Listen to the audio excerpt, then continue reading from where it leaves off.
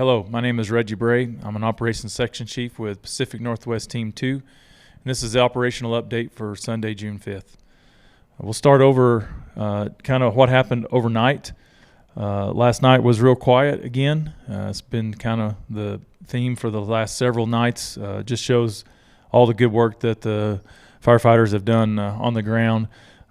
Really no issues, just a quiet evening. One thing I want to note is that the relative humidities were much lower last night than they have been the previous nights, so that just tells us that's an uptick in the dryness that's coming in, and so just something that we'll be watching out. Could it be an increase in fire behavior for us later on?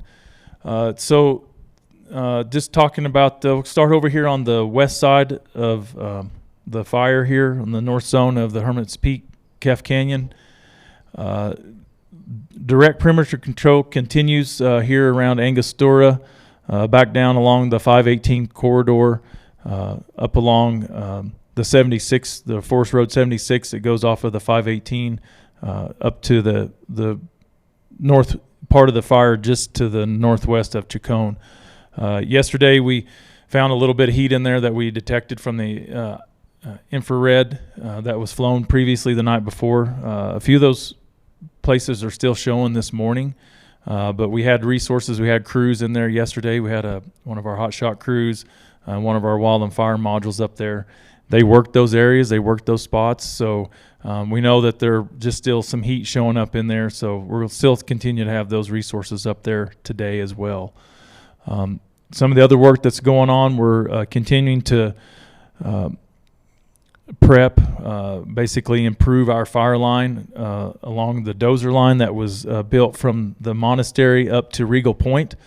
What we've done is constructed another line off of that down to Santa Barbara Road, and then tying into a ridge system just south of the Santa Barbara Road off of the 73 road, and continuing south down toward the Pecos Wilderness boundary. That operation started yesterday. We got crews in there. We're calling that the Upper Llano Ridge that goes down to the Rio de las Trampas drainage down to the monastery that's there.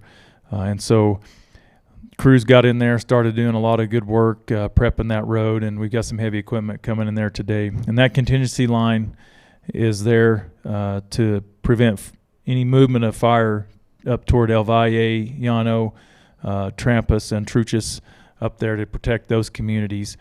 So you'll be seeing some more resources in those areas. They're doing some more scouting and things like that.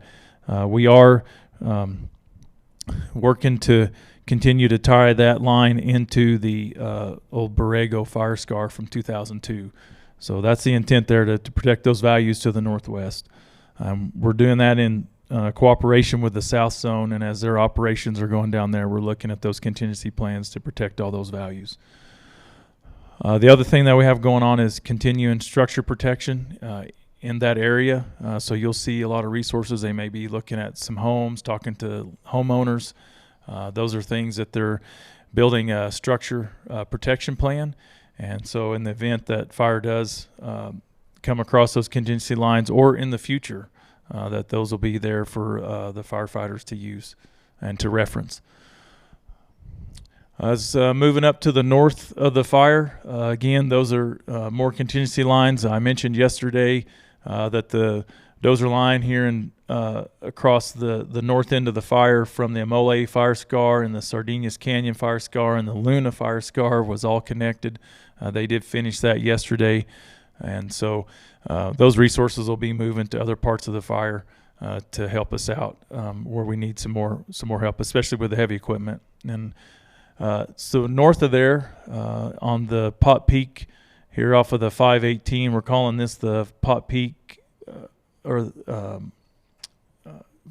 contingency line. And so that's going in, continuing. They made another about mile yesterday. Again, you're going to see, as on the east side of the fire here off of the 434 road, you're going to see a lot of log trucks.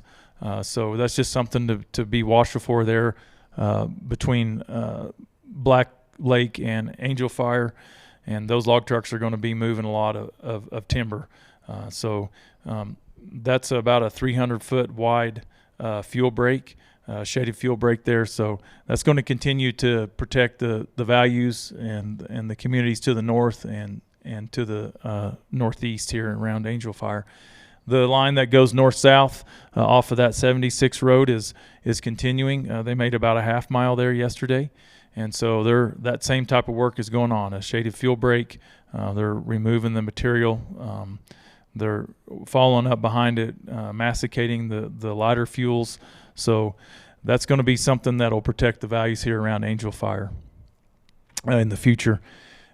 So moving back down to the east side of the fire here along the 434 road and into the Highway 121 corridor, Chacon.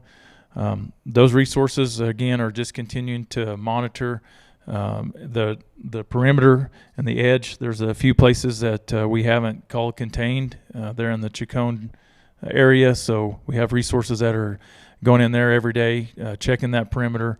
And then the other thing that they're doing, and if you live there or you may have seen them, but they're starting to backhaul a lot of the firefighting equipment and supplies around those homes because the fire is not a threat anymore.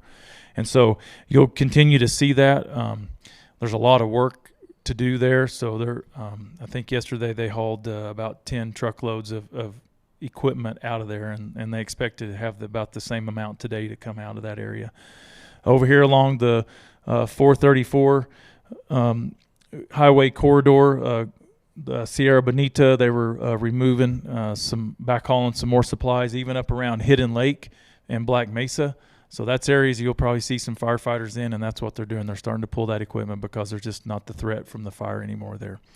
As we move down toward Guadalupita and Las Medinas, down toward Morta, again, the same thing. They're patrolling. They're just making sure that the fire stays where it's supposed to, and then they're also backhauling. And the other thing I mentioned yesterday, but the repair group is where we're setting up resources to bring in crews, heavy equipment, and we'll start repairing some of the dozer lines, hand lines, anything that during the suppression actions that were taken that was damaged, we'll try to repair that. So we're doing that on both federal and private land. And so, you may see some individuals, they may try to contact you if you're homeowners, if you're landowners around there. And so we starting to get heavy equipment. They're going to start that. We're going to be beginning to put more resources into that group so that we can start really repairing the damage that was done here on the landscape. The other thing, again, that I mentioned, one of our highest priorities is initial attack.